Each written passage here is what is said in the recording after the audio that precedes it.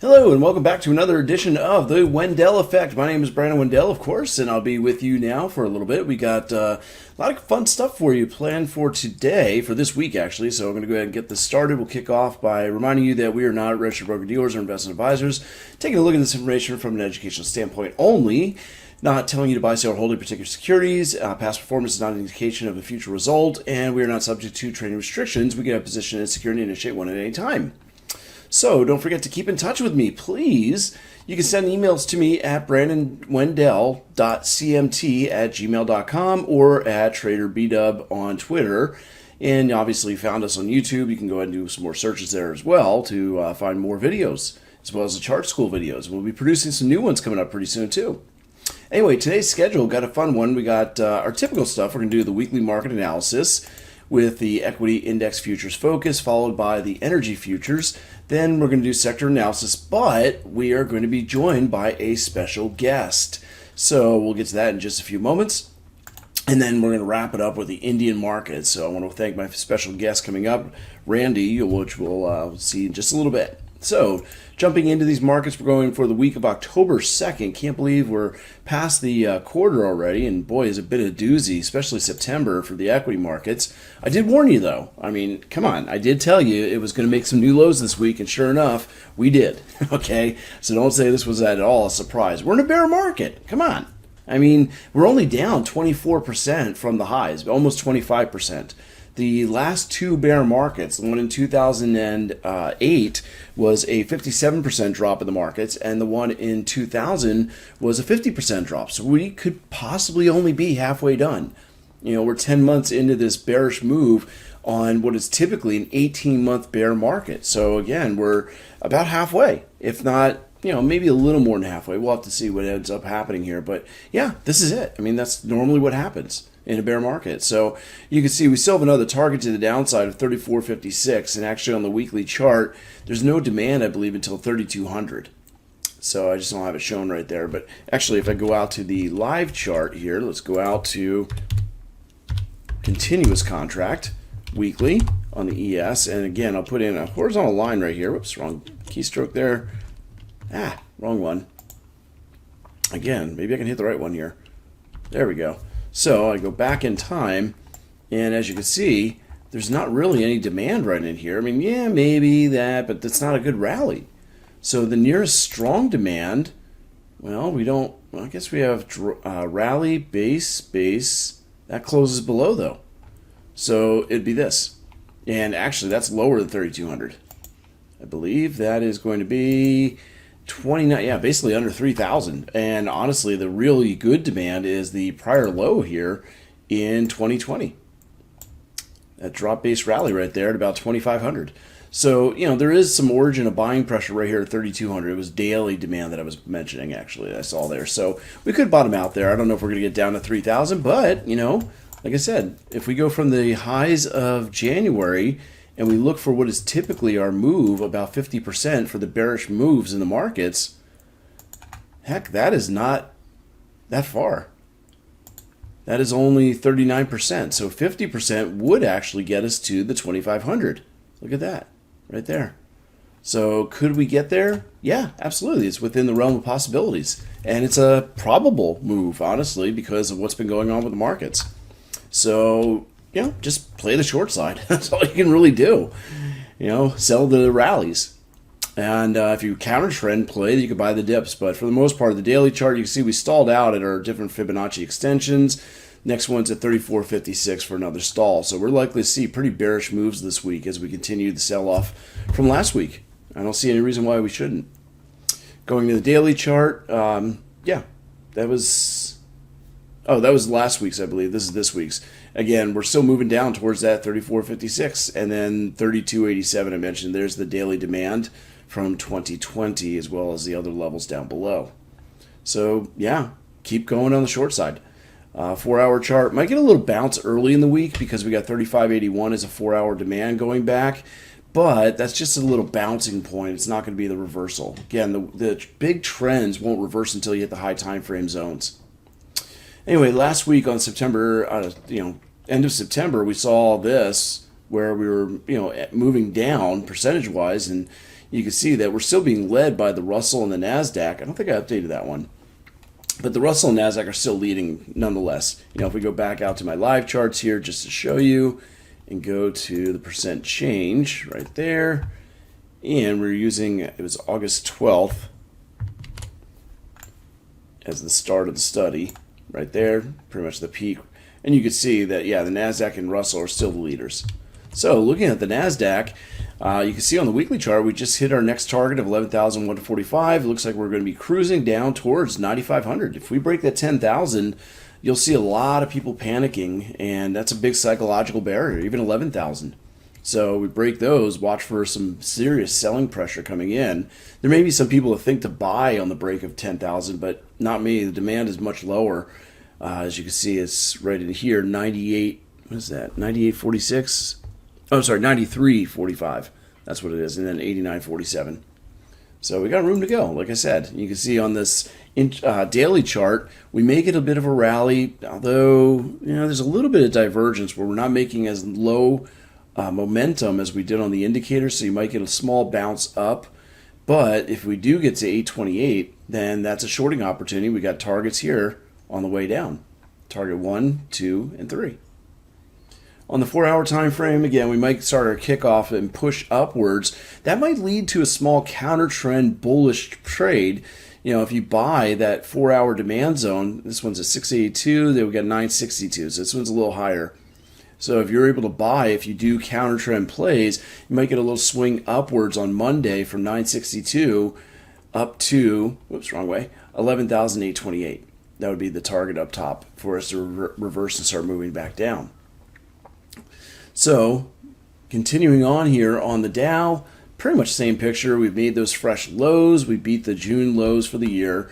And we're coming into a little bit of weekly demand, 28,457. So the Dow is showing a little bit more strength than the other markets, but not a whole lot. Now that's going to turn everything around. Remember, it's not the leader. So you can see that we also have a daily demand zone here at 28,457 that we're coming down towards.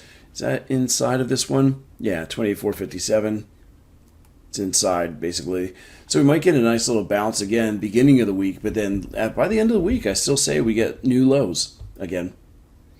So on the 4-hour chart, really not showing any kind of demand until 28,000. So if we do get a bounce, there might be a new shorting opportunity at 30,123.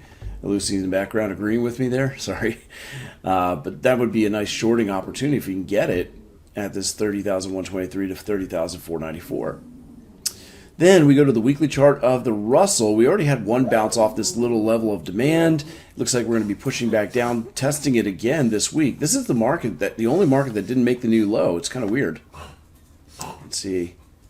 Yeah, you can see we tested the lows but didn't quite break it. So the NASDAQ has taken over as leadership, and it's because we barely tested that demand. There's still a lot of buying pressure in that area, but I don't expect it to hold as we are pushing lower. You can see even on this daily chart, we got lots of bearish momentum.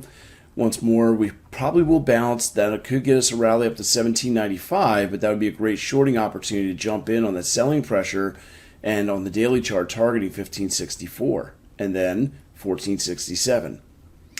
So on the 4-hour chart, looks like we're just going a bit sideways right now. We did make a slightly higher low right here, and we're failing to get below 40. We're also failing to go above 60. So we're pretty much moving sideways in trend. And since we have no trend going sideways, best to stay out of it on the 4-hour until you can develop some sort of a trend. But that is likely to happen when we rally up to that supply I mentioned on the daily around 1795. So that's what I'm looking for, is a new shorting opportunity. Moving on to energy markets for the week of October 2nd. On crude oil, we're still chewing up that demand zone on the weekly chart. Should be able to get through it. We have indecision.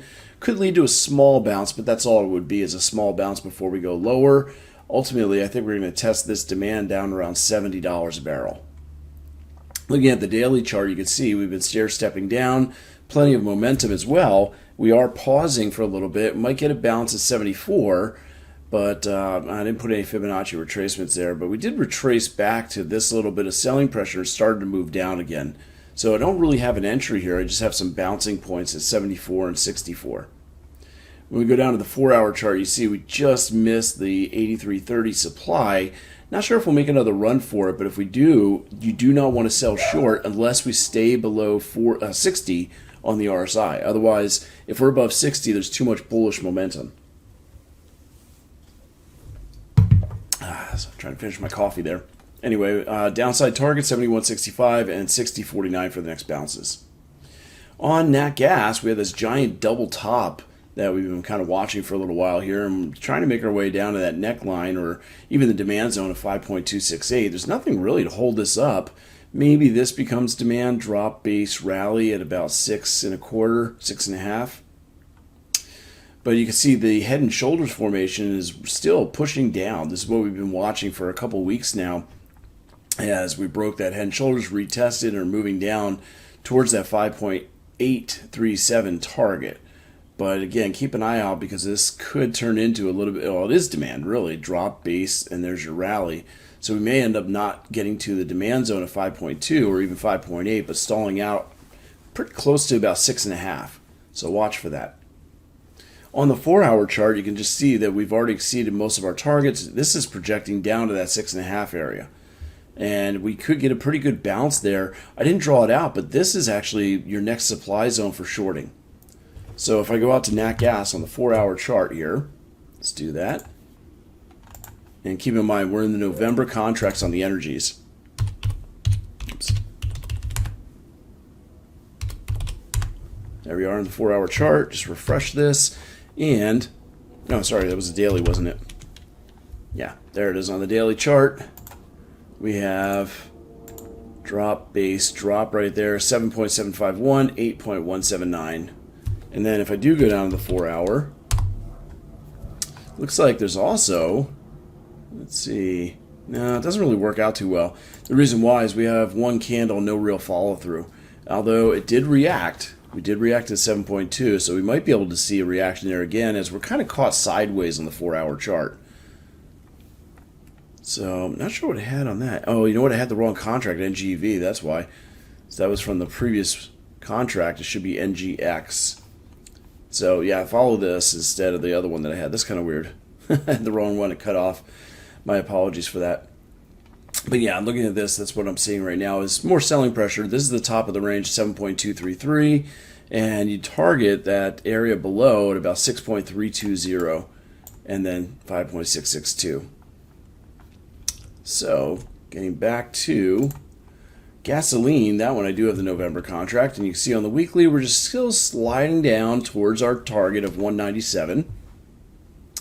On the daily chart, we're stuck sideways. This has been kind of tough to trade. Maybe it's good for intraday opportunities, but as far as daily and short-term swings, we're just stuck sideways, and it's very, very difficult to trade that in a sideways motion. So you just got to pick out those intraday trends and play those, and you can see them right here. You know, intraday, you might get bullish or bearish moves that give you opportunity, but for the most part, we're just stuck between 2.5 and 2.25, basically going back and forth. So, you know, buy the lows, sell the highs, and trade the trend if you want. Eventually, it'll break out, and then you'll get the overall trend, which I believe this should be continuing to the downside. So, on the heating oil chart, we have a double top, and let's see, this is an older chart, wasn't it, the weekly? Nope, this is my current. Okay. Looks like we have about to break the neckline. We haven't done it yet, so we got to wait for a close below 3.1 and a retest of it before we short to 218. And you can see we've been teasing right there on the daily. Can't seem to get a weekly close below, so that's what we need before we can short that particular formation. Anyway, on the 4-hour chart, also a little bit sideways right now. We couldn't even make it up to the 3.5 area, which was our supply overhead. So trying to climb up just a bit with some higher lows recently and higher highs. If we end up making a move upwards and not going below 40, then we should target that 3.5 or 3.48 for a short to then go down to 3.07, maybe close on the week below that. That'll give us an entry next week on that double top formation. I know it says ES 240. It's actually heating oil. Sorry, forgot to change the label there. And let's go ahead to the stock market analysis. Take a look at some of the hot stocks and performance for this week. Overall, for the last 6 months, we can still see that the best performing sectors are the safety sectors. The whole market's going down, so everything's dropping, but those are dropping a little bit less. Looking at the last week, the only thing that was positive for the week was actually the energy market. So we got a little bit of a bounce after the massive sell-off in the previous week. And you take a look at the map of the markets, that's what you see. The green is right there in the energy, a little bit in basic materials as well. And, well, my wife's at Home Depot right now picking some stuff up for me. Probably another honeydew project, but so it looks like they were getting some money there too. Also, Eli Lilly and the drugs and Biogen. But for the most part, sector-wise, it's just energy that's outperforming everything else. So when we go into those individual sector ETFs to figure out what's going on, the consumer discretionary XLY is hitting a daily demand, but we've got too much momentum to do anything other than a small bounce. You can see we did a little retracement and we started continuing down, and we started the retracement right there at the Fibonacci extension, so I wouldn't be surprised to reach the 131 by the end of this week. That's the next extension target. So you'd have to go into smaller time frames and find an area where we can go short on this XLY. Let's take a look and see if we've got anything with first glance. On the XLY, there's our move down, and don't really have anything here. I mean, we kind of had this little basing and then drop, which we already hit. So I might even have to go down to 60-minute time frame just to see if there's anything to... Nope, nothing really. Well, yeah, right here at the end. That's the only thing you really got. Let me clean this up. So if you're looking for an entry on the XLY, you've got rally, base, base, and there's your drop going on with the follow-through. So I would like to see this make a new low before we got into it. So if it can, then that looks pretty good for 144.91, 146.52. Obviously, this demand has already been tested, so we could use a couple targets right there. Let me fix this. Oops. There we go. Let me clean that up. And now we have a possible opportunity here. We sell at 144.91.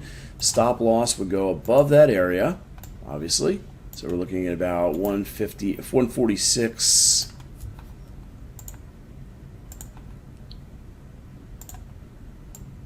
And we'll call it 60.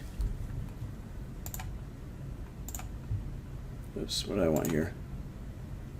Price label, yeah, that's fine. Okay, so 146.60 for the stop loss. Target number 1, 140.80, and then target 2, 137. Okay, so there we go. So I got it all lined up for us for our trade for this week. If we can get that retracement and target those loans a little bit lower on XLY, the Consumer Discretionary Fund.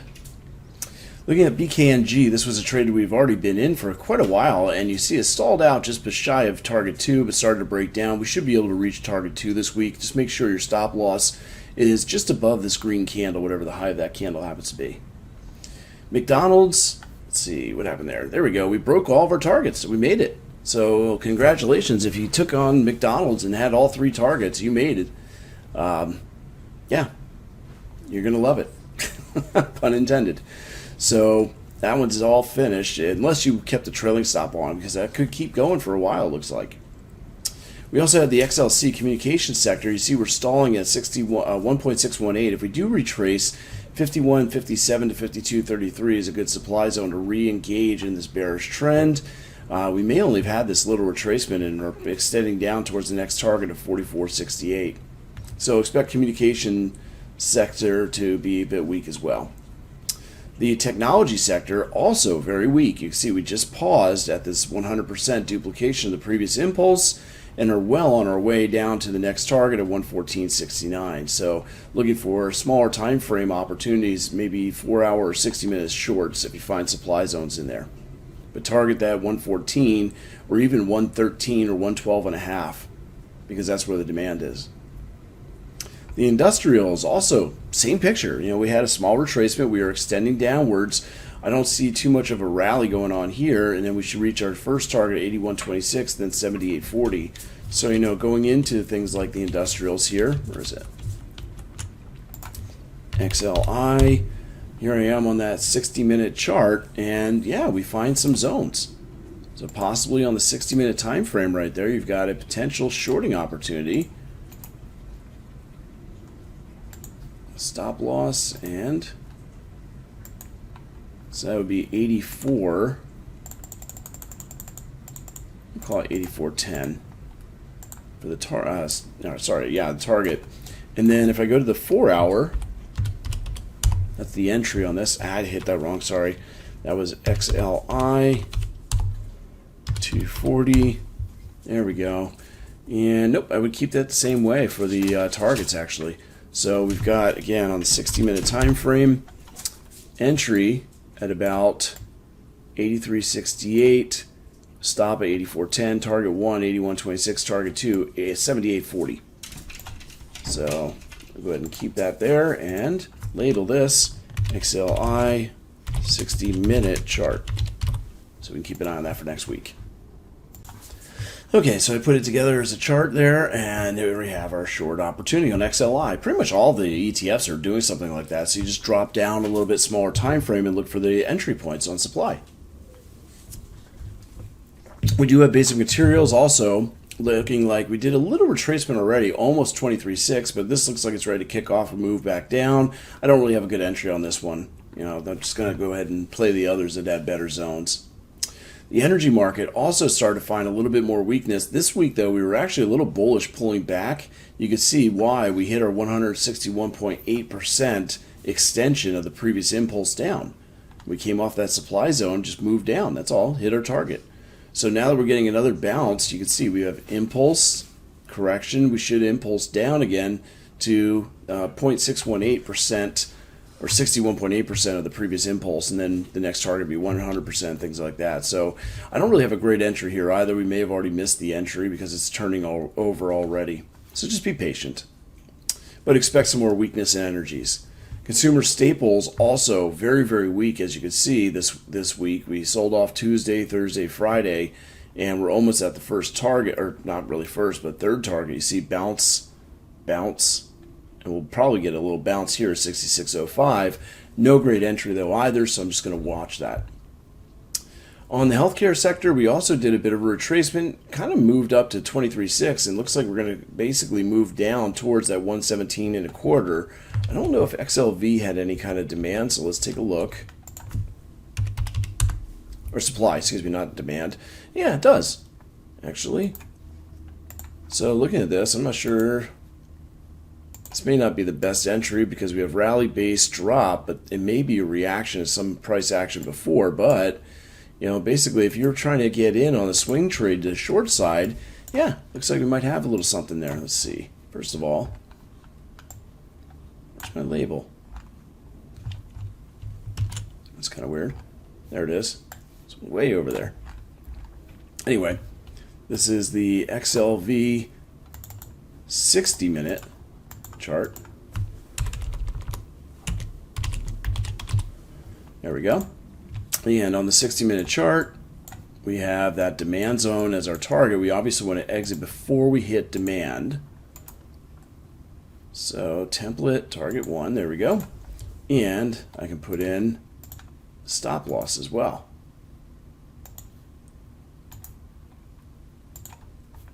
And we're just going to raise that up a little bit here, maybe 75. So 123.75 for the stop, 122.84 for the entry and target. And we can raise that a little bit, maybe 118 area. So I'll do 118.05, and that looks pretty good. So that's what we'll play on the XLV Healthcare, because it looks like it wants to keep dropping. So if we get a little bit of a rally, because we didn't quite make a new low, this might actually bounce a little bit better than some of the other sectors. Okay, so let's see. XLV, there's our trade now. We got 123.75 for the stop, 122.84 for the entry, and then target 1 of 118.05. XLU, the industrials, you can see we paused at each one of these demand zones. Therefore, we're now at a demand. We should get a little pause and retracement. Our first target would be this retracement back to the 67.63 area, then 68.99, depending on which retracement point we go to. We're not done moving down, though. You can see there's actually a supply zone, drop-based drop, between this 68.99 and 70 area, basically. And that candle could cause us to retrace 38% and then impulse down to 60.32. So the utilities are also a shorting opportunity. Let's go take a look at that. I go to XLU on the daily chart. Get rid of the Fibonacci retracement. Actually, no, I'll get rid of the zones behind here because those are the ones confusing, really. And now you'll get an idea of what I'm actually looking at here.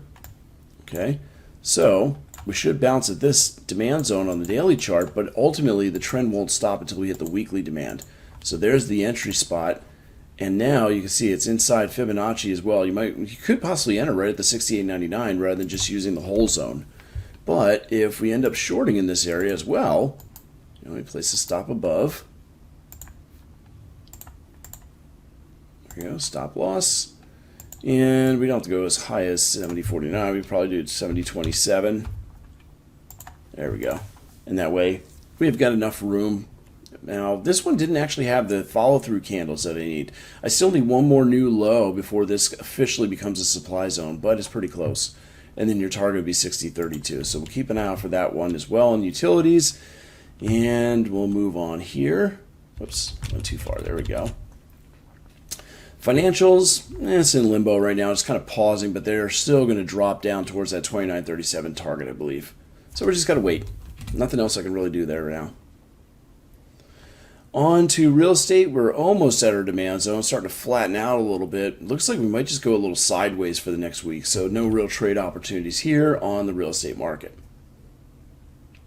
So a couple of follow-ups. Most of these trades are already done, so just a few follow-ups. AMAT, almost at target number 2. As you can see, we were able to enter way back in mid-September, and we're almost at target 2 for our final exit.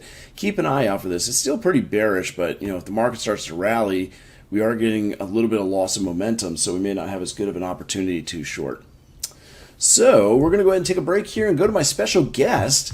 I want to introduce my guest, Randy Tate from iFlip, and we're going to talk a little bit more about investing. I know we focus mostly on trading, but investing and trading go hand in hand, so we got to make sure we have a little bit of both and knowledge on both. We obviously want to retire someday, and maybe we need a little help in getting there. So we'll talk to Randy about how we can get that help, and also a special opportunity to spend some time live with me in Dallas coming up. Randy. So I'd like to welcome my guest at this point. This is Randy Tate. And Randy, well, first of all, who are you? What do you do? Thanks, Brandon. Appreciate having the time to sit and chat with you and your audience. My name is Randy Tate. I'm the CEO of a software company called iFlip Invest. It is a automated AI-driven platform, and FLIP is an acronym. It's the Financial Learning Information Platform. Oh, that's interesting. Okay. So financial learning, obviously, I do a lot of financial education as well. What's the background? Why did you create this and what does it do? Yeah, I'll give you a little backdrop. I'm a software guy. I was an executive at a software company when I met my co-founder and current business partner in this company, Kelly Korshak. And after getting to know Kelly a little bit, I learned that, one, he was insanely smart. He's a genius. I tell people this all the time. He gets mad at me. He went to Stanford's physics program when he was 16 years old. I mean, yeah, definitely. Yeah. So he's that kind of smart. When he, he's the markets guy. When he was at Deutsche Bank, he was the global risk desk manager, which means, for those of you who don't know, the bank handed him all $6 billion of their private assets for him to manage. He was in charge of the trading of that. He does it all with mathematics. He also, physics wasn't hard enough, so he also has degrees in statistics, mathematics, and finance, all of that. Many of you might know a hedge fund guy named Paul Tudor Jones. Kelly wrote his algorithms. And so he's that kind of a quant from Wall Street. And what he explained to me was that there's really two options in the world today for people to participate in the stock market. One, Brandon, what your audience does. They dig in, they learn how to do it, and they master it themselves.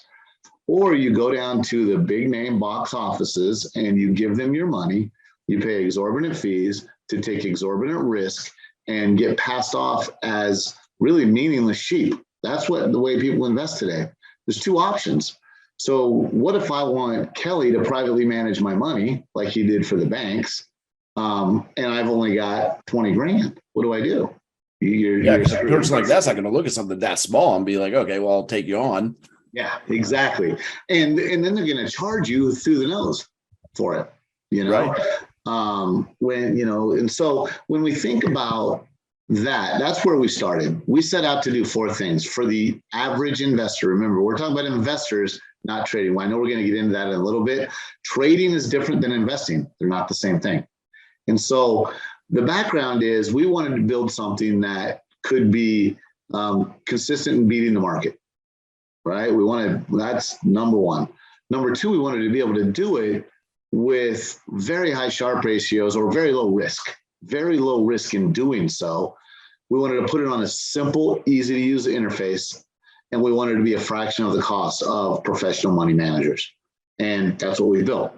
So my role is to put the company together, put on events like the one we got coming up, invite you, and spread the word about a different way to invest.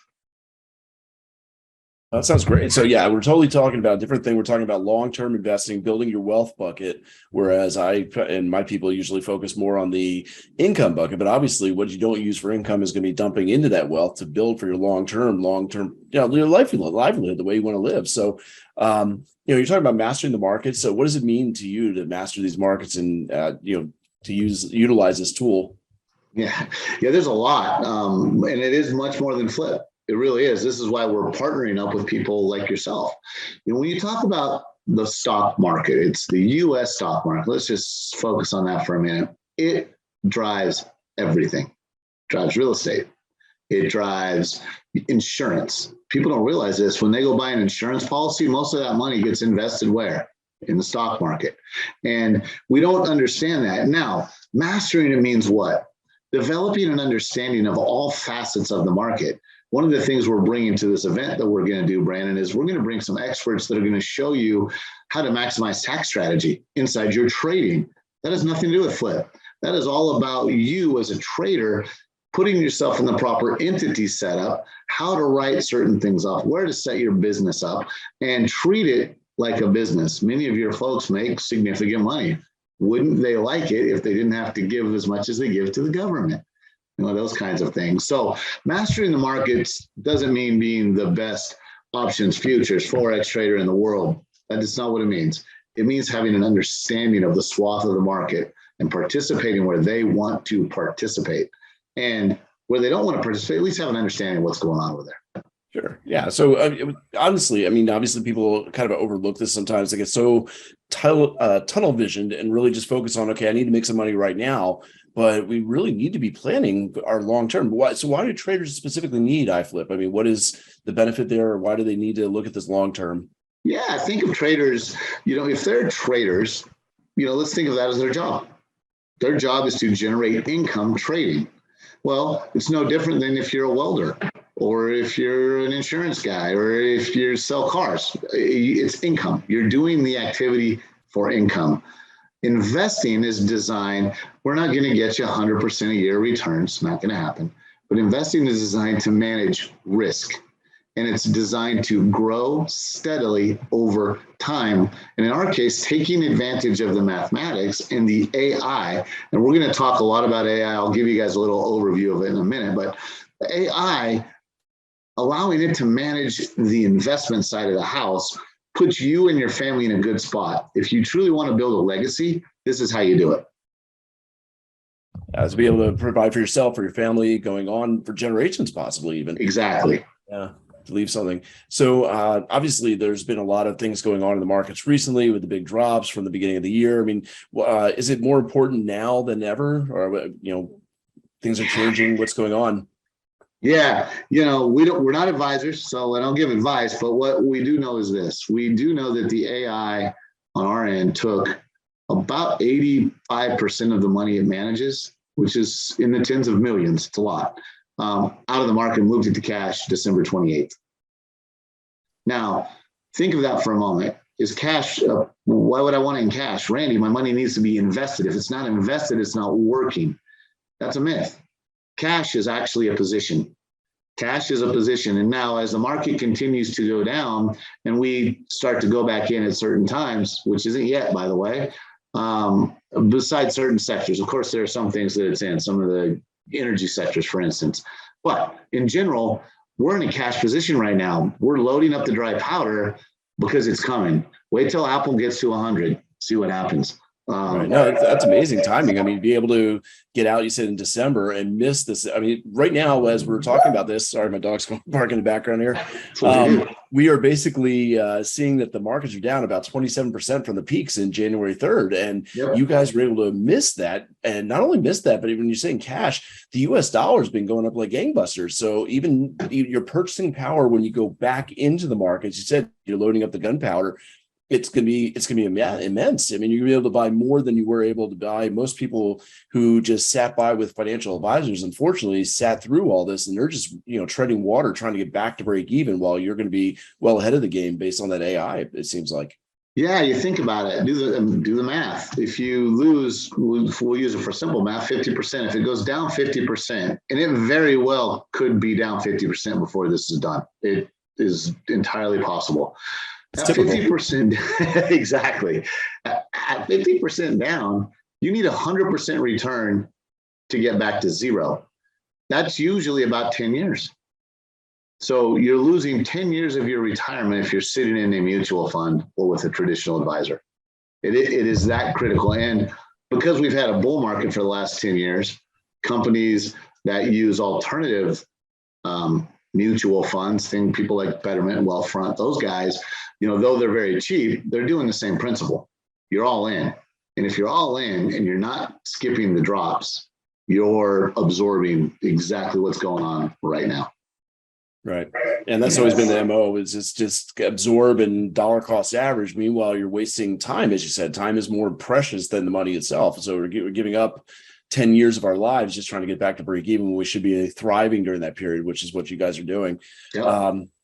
You got, anything else you can bring to us? I mean, obviously there's a lot of things that traders need beyond the trade is pretty much what it comes down to. And this is where you guys come in, I suppose, is it bringing that part of the financial world to the traders?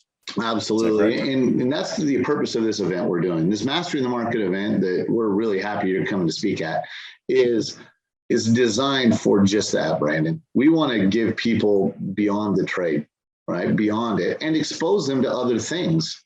Expose them to things like, yes, I know you do futures, options, and Forex. Those are the three main topics, but we're also going to talk about hedge funds. What is a hedge fund? Many people don't know. I'll bet you have a decent number of your people that trade every day that don't understand there's a vehicle out there called the hedge fund.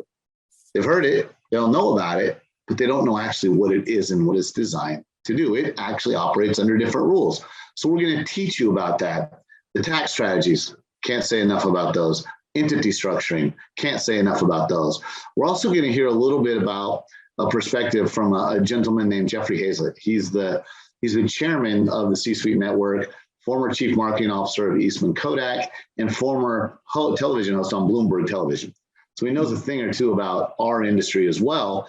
And he's going to give us a perspective in a keynote that's going to be fantastic at the end of the night on Thursday night. We're pretty excited about that. A gentleman named Rob Hoffman, he's going to do some live trading in the mornings. And Carolyn is going to come and do a little bit about, she's the Fibonacci queen. So we're going to do all that. And for the VIP folks, we're actually going to have a private cocktail party Thursday night for everybody to mingle with the speakers. All the speakers are going to be in there. All the people that are VIPs are going to be in there. And it's going to be a small house. We're only shooting for 50 to 100 people, and we've already got 40 plus sold. So, we're not anticipating hundreds of people. It's not going to be like the money show where there's tons of things going on. It's going to be small. It's going to be intimate. And so that's what we want to do. Now, I know you're going to get some special deals too, Brandon, out to your people. I know Aaron set them up. I believe general admission ticket I think you can get it for $97 with the, what do you call it, promo code GEN 100. Yeah, GEN 100. GEN 100. And then VIP to $697 to $497, it looks like. So nice little discount there for VIP for early bird pricing. Yep. So we just wanted to take about 15 minutes, which I think we're right about on time. We're really close. Get a video, for you, Brandon, so you can share this with your people. Hopefully we get a bunch of them to come join us. And, Dallas is a great venue. We're not live streaming it, so it's not going to be live streamed. No, you got to be there. Got to be there. However, if you buy a ticket and something happens, we will be recording it. And so we will give you the recording. So I want you to feel safe if something comes up. It's not like you're going to completely miss out. Won't be like being there. You won't get to have a cocktail with Brandon, but you'll get to do you'll get to do the rest of it. So, Yeah. Any other questions, Brandon, that I missed, or anything else you think I should bring up to help your people understand what we're going to be doing? No, I think that's pretty much it. It sounds like you got everything covered. If there's any questions about the event, you can always send an email into info@iflipinvest.com. It's info@iflipinvest.com. If you got any questions regarding the event, want to go ahead and enroll, I'll go ahead and give you the link as well for the event. So you can go ahead and sign up and see you out there in Dallas on August 20th and 21st. I believe we forgot to put the date out there originally. I think we did. Yeah, we got to mention that it's going to be August 20th and 21st. So just a few weeks away. Yep. October 2021, Dallas, Texas. Super excited to see you guys there. All right. Hopefully you enjoyed that and got some good information. Again, if you want to join me in Dallas and Randy as well, my personal link here is https://mtmeventlive.com/BDub. So you can go ahead and type that in your browser and join me in Dallas with the special pricing that we talked about as well. Hope to see you there. It'll be kind of fun. Anyway, so moving along here, we're going to jump into the analysis for the week of October 2nd for India. So welcome back, everybody. And we're going to start off taking a look at the heat map for the week. You can see a lot of red there. So the banking sector took a little breather. It had been the strong sector, and since that started falling with Reliance, pretty much the market went down, obviously. A few shining stars there, every so often HCL Tech, Infosys, Bharti Airtel. But for the most part, it's been red, and it looks like it might continue. You see, we did try to come off the lows, so there's a little bit of a, desperate gasp to get back to the trend line, but I think that we may end up testing that trend line and then dropping lower on the weekly down to 16,248 eventually. So we're definitely seeing a lot more bearish pressure coming into the Indian markets, the Nifty especially. Looking at the daily chart, it's not really surprised to see a little bounce. We hit a target. You had the impulse, correction, impulse, and we stalled at the 161.8% extension of the preceding impulse. So might get a little retracement here before we go lower. If we're looking for that retracement, actually, let me go out to a daily chart of the Nifty. There it is, Nifty 50. And looking at the daily chart, what we can do is apply on the most recent impulse the retracements. And you can see we've actually retraced on Friday 38.2%. So maybe that's the end of it before we continue to go back down. If that's the case, impulse, correction, and continuation, that should take us to a stalling of 16,643 and then ultimately 16,015 to the downside. Dropping down to the 4-hour time frame, looking to see if there's any kind of an entry spot.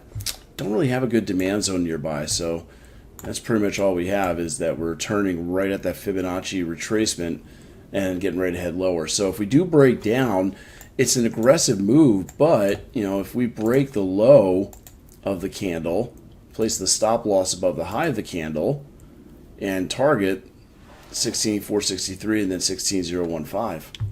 That would be the play on the Nifty. Just kind of expecting that to go to the downside. So 4-hour chart, nothing else there. I just showed you on the other time frame. On Reliance, this is part of the reason why we dropped. You can see we did the head and shoulders formation I talked about, and we dropped all the way down to the target, and it exceeded the target, came back and retested it as a supply zone. Looks like we're getting ready to head lower down to 22.46. So if we go to Reliance, and I want to drop down to the, we are on the 4-hour chart. You can see actually rally base drop where we are right here. So we might have already missed it for the entry because that is a supply zone right there. Unfortunately, yeah, we missed the entry because that's the supply. It's already moving down.